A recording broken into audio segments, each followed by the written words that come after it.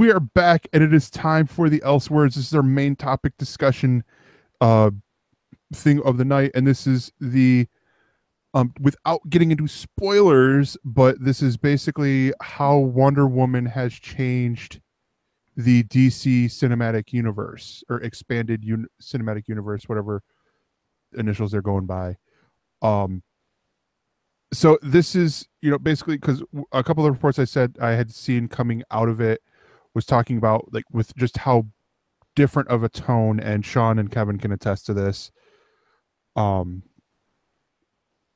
is that it seems like it's going to change the future movies and all that. So Sean, Sean and Kevin, give us your spoiler-free review of the movie, and like what you thought of it overall. Can I go first? Go ahead. Okay. Well, I'd just like to start off by saying it was hard to believe walking out of that movie that it came from this. I know it was different, slightly different crew, but it was the same company and same universe that brought us Suicide Squad. That was really hard for me to believe after watching this film, because it was honestly one of the best superhero movies and one of the best movies all around, I would say, that I have seen in a very long time.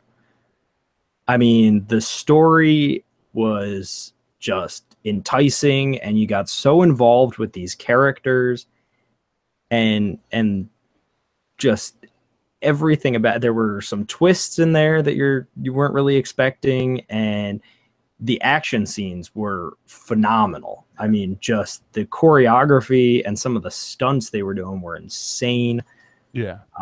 It's the first, I was saying this to my dad earlier, it's the first time during a movie that I have had to actually remind myself to keep breathing, because that last fight scene was just so like intense that I was just like, I needed to remind myself to stop holding my breath and breathe, or I was going to pass out in the movie theater. I loved the film. I thought it was spectacularly done. And I think it's actually, so far, I have to say, I've been very exclusive to Marvel, especially with the movies. But this actually makes me really excited for Justice League coming out, and kind of makes me feel like all of Marvel's question about whether or not people would actually watch a female-led movie, I think they're all down the drain, to be honest, because this just blew every other super movie out there out of the water, I think. Yeah.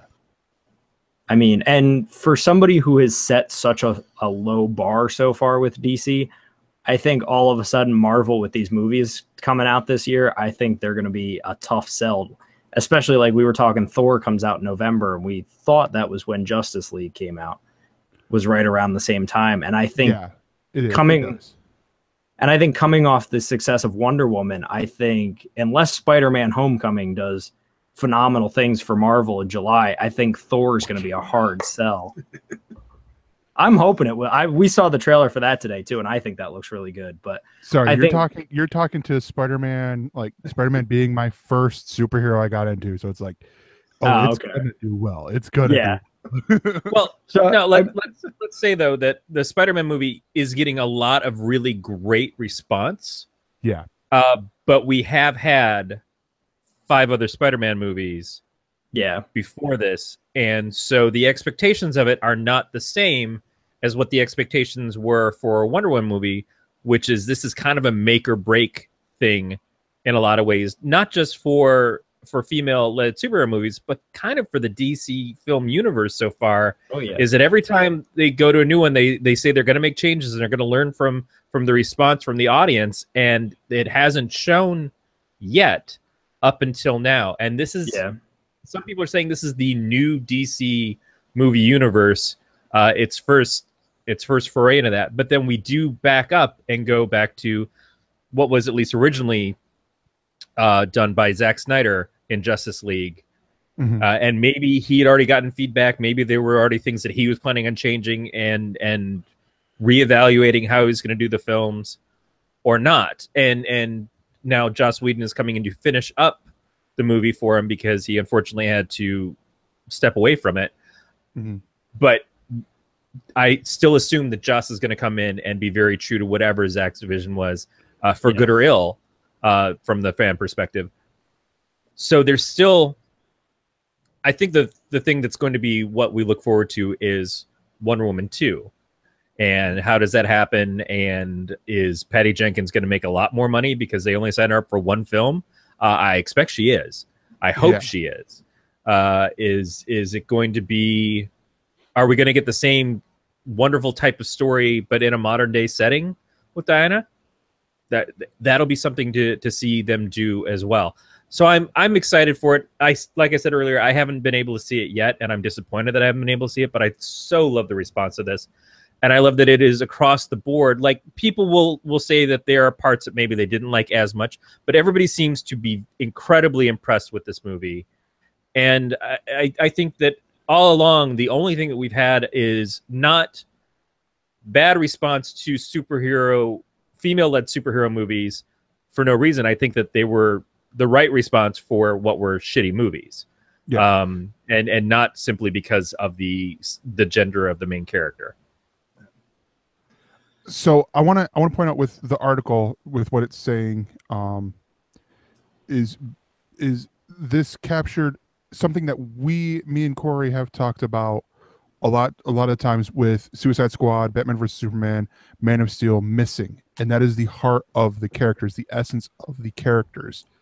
And you could basically sum up the Wonder Woman movie hit in 5 words: heart, humor, hope, heroics, and optimism. All of those were nailed in this movie with a character that can do that. Like, it's like I said before, like in past episodes, you can do dark and gritty with a character who is dark and gritty. Batman is a dark and gritty character. Superman, not so much. Yeah. Superman has been dark and gritty at times, but to base a whole movie off of, you're sort of missing the step. So with Wonder Woman, like I talked about it on with Peter Fisher, you know, there were dark moments, like there were, like, you know, like the color, but it was when you're in World War I and you're in on a battlefield, you expect that. You don't expect to see trees all over the place and, you know, butterflies flapping. It's like you're in a fucking war zone, so you're gonna get that. The other thing, like what I hope this means going forward, is that characters like, you know, some of the Green Lanterns, Flash, these more lighthearted superheroes, that translates into here. There is a part of me, and I honestly mean no ill will towards Zack Snyder. You know, especially with the things that had happened, you know, circumstances with him stepping back from Justice League. I feel like if they had held Justice League off and then had done another movie there, had done like a Flash movie or, you know, Green Lantern or something like that, that we would have a better Justice League movie. Because my fear is that we're going to get that dark and gritty movie like we got with Man of Steel, and people are gonna get not offended is not the right word, but people are gonna get upset. People are gonna get, well, oh, DC obviously can't do a good movie unless it's Wonder Woman, sort of deal. Or Batman. Or Batman because you can do dark and gritty with Batman and it makes sense. But I don't know. Sean, what do you think about that? Yeah, go ahead. Well, no, I was just gonna forward to Sean. My sense coming out of it is that it's kind of two-pronged, and I'll say the more controversial part first, is that this movie was to me completely derivative of other movies. All the things that you point to that are great about Wonder Woman, I could probably point to another movie. The cinematography and the choreography of the fights looked so much like Kingsman. You know, right down to we're going to go fast forward, we're going to slow it down, we're going to do this, we're going to shoot, you know, shift the angle. the period piece comes right out of you know, Captain America. The, you know, so you could start to point to all the things that everybody likes about this and say, well, it's derivative of X. But it was fantastic to see all of those things strung together in a way that was cohesive, told a great story, and was a beautiful movie.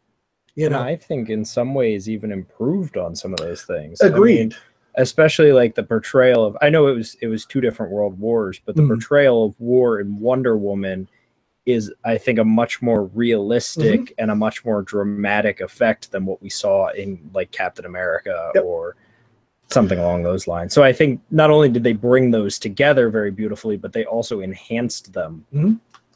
Yeah, no, I agree with everything you've said. Even in you know, your praise of the movie earlier, I agree completely. It's the best movie I've seen all year. Possibly the best movie I've seen maybe since the original Avengers in a movie theater. And it was a great movie. And I love everybody's response. And, you know, I'm just saying that I think it's very interesting that this director was able to take, and the writing staff was able to take, you know, pieces from other things and make them very cohesive. Whether they knew they were doing it or not, that was the end result for me. I was reminded of a lot of different movies at different parts, but it never took me out of it. It never really diminished the whole. You know, they took all these other little parts and made this wonderful whole. Yeah. You know, they made this wonderful movie. And if this is what the rest of the DC universe is going to be, I'm all in. You know, this was fantastic. I've had worries. I'm a DC apologist. I have a Batman tattoo on my arm. I am, you know, if it's DC, I'm usually good. But the movies were just so, like you're saying, dark and gritty, and, you know, the brooding Superman. I don't need that. I need, you know, truth, justice, and the American way Superman. And, you know, so I think moving it into a little bit more lighthearted, letting these characters be who they are on the pages, but on the screen, if they're going to continue that, and this article seems to lend credence to the fact that they will, then I think the DC universe has a legitimate shot of being on par with Marvel. I mean, we can all admit that Marvel has kicked DC's ass left and right in the movie theater up until this point. Yeah. This might be the turn. I don't think that DC is going to overtake Marvel, but I think DC has just made themselves much more in the fight. Yeah. They've given themselves a really good shot at And I've been loving the Marvel movies, and I see some of them are far better than others. And I was a big fan of Captain America, the first Avenger, and certainly Captain America, the Winter Soldier.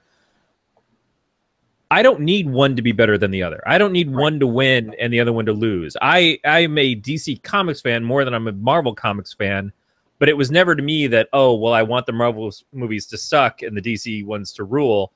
Because as soon as Iron Man came out, and I was not an Iron Man fan in the least, but I went and saw the movie because I felt like I kind of had to, and it was incredible, and it blew my mind, and it was that perfect symmetry of the best actor to play the best version of this character in this role, and an incredible movie to boot, and to launch the whole Marvel universe off of that.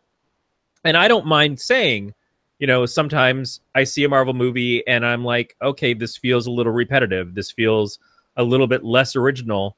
But then I see them do something like what Thor Ragnarok looks like, and I think, what a great direction to try to take this in. What an interesting thing to do.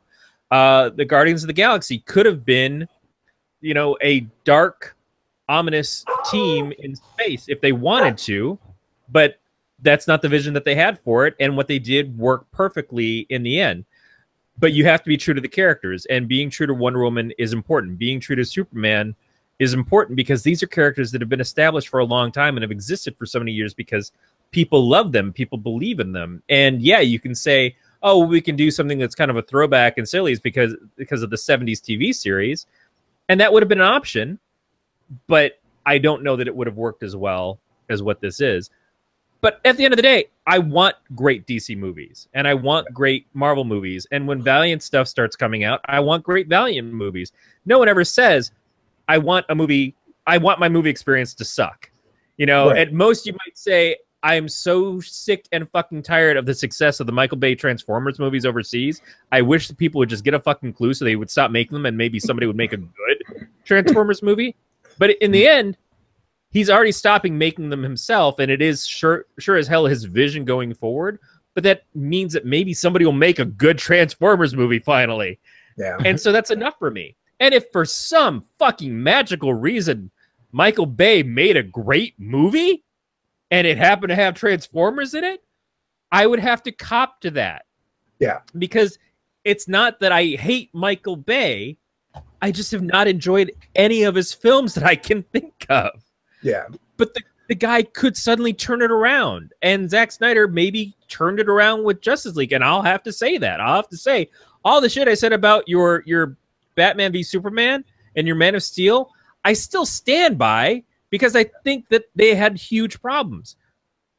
But god damn it, you sure shit showed me that you could make a great film with Justice League. And I'm very happy that you did. I hope that's the case. I pray that that's the case. And I pray that it's the case of Zack Snyder doing it and not Joss Whedon fixing it. Because I'd like to see credit due where it is. Yeah. I like in the Variety article that we have in our notes on this, they asked both John Berg and Geoff Johns about, you know, why did audiences embrace Wonder Woman? And Berg goes, it's a fun movie, it's positive and optimistic. The early films may have been too dark in parts. And Geoff Johns goes, most of the DC universe is known as being a hopeful and optimistic place. I feel like this might piss off Corey in a second. It's known for characters that are inspirational and aspirational. Anyone who knows and loves the DC universe knows that a lot of that has to do with its hope and optimism. I feel like that's what we hit at a lot with here. Like with a lot of these characters, especially, you know, with like, I come at this from Marvel Comics side, but it's not like, oh, Marvel is better. It is more of, let's make good shit. Like let's not just, you know, throw pasta on the wall and see what sticks. Let's make the best Wonder Woman movie. Let's make the best Justice League, you know, insert whatever it is here, movie that we possibly can, and all that. But it's that statement there that Geoff Johns makes that makes me go, wait, you were involved with The Flash on CW, Arrow on CW, Supergirl, Legends of Tomorrow. I believe you were involved in these other movies. You've had some say as to, wait, I think we're making it too dark and we're losing the hope. He might not have had as much of a say as you are giving him credit for. Just like the guy who's been doing those CW shows worked on the Green Lantern movie. There's different levels. We're in a week where just a few days ago, the two guys who have had some incredibly successful films were suddenly taken off at 60% done of a movie because they suddenly said, yeah, what you guys are doing doesn't really work for us. You know, Lord and I can't remember the guy's name now. Miller were taken off Han Solo when the film was half done. I think that there are production companies and maybe even higher ups than directors that can say, no, we're doing it this way. Or we have deals in place and the person who's in charge of this isn't you. I get it. And I don't ever want to say that there can't or shouldn't be dark superhero movies, because there can and there should be, and some of them are hugely successful. The Dark Knight is a great example of doing Batman to I think the best that Batman has ever been done, other than the animated series, because fucking A, that animated series was the bomb. Yeah, definitely. But certainly the best of the Batman films, in my opinion, is The Dark Knight with Heath Ledger, and everything about that movie is just so terrific. And it set a standard. And unfortunately, that standard was then tried to be placed on characters that weren't Batman. And that's where the thing falters. is you have to have someone who fundamentally understands what makes this character great. It's the David Goyer thing that we talked about before, where David Goyer says, well, you can't do Martian Manhunter and call him Martian Manhunter because that's stupid. Well, then you're probably the wrong guy to write Martian Manhunter. And you're probably the wrong guy to write She-Hulk if you think she's there to sex up the Hulk. They're related, you stupid motherfucker. You get the people who get the crux of what these things are. The guy who made Captain America: The First Avenger, it may not have been a realistic film, and it certainly wasn't a realistic depiction of war, but he knew what he was doing to make a very good representation of Captain America. And to introduce that character and the morals of that character and everything else that they did that set the stage for what they did with Captain America in Winter Soldier, because Captain America himself is still that guy from that first movie. 100% purely the heart and the soul of this guy has existed through all the films he's been in. And that's why he's been my favorite character in these films, because everything they established in that first one, you take out the setting, you take out the seemingly schlock value of the, you know, it's a little bit retro, it feels a little bit unrealistic, but then you put him in the realistic bits and he's still Cap. Yeah, it's just so done right. And that's what we've needed, is someone to have the heart and soul of these characters and to understand that, yes, when you're speaking of Superman and you're speaking of Diana, you are speaking of hope. But when you're speaking of Batman and the Joker, you're speaking of something darker and something more sinister. And when you're speaking of Hawkman, you're going to have war be a primary thing, because Hawkman is a warrior in a way that is more than what some of these other characters are. If you're speaking of Green Lantern, then you've got to go with something that's huge and imaginative and not a giant shit cloud coming out of nowhere that is indefinable on the screen. So you've got to figure these things out. And I don't know if Johns just misspoke or if he was just trying to give a very simple answer, but I know he was also trying to give an answer that the fans have been asking for, which is, why have these things been so dark? Don't you understand who these superheroes are? Yeah, and I think I might be, you know, giving him too much credit, or, you know, harping on him too much. But I mean, that's partially it, is, you know, like, this is a guy who's been working in comics for a very long time. You know, is one of the higher ups on the DC Comics side of things. He's also the one who spearheaded DC Rebirth after Lee and DiDio spearheaded New 52. And you can see that the similarities between Rebirth and what this film has done. Yeah. If that's Johns's if that's Johns's thumbprint on that, then that's some good DNA to have. Yeah. Any final thoughts on this? Just that for anybody who hasn't seen the movie, you should go out and see it. Yeah. Corey. God damn it.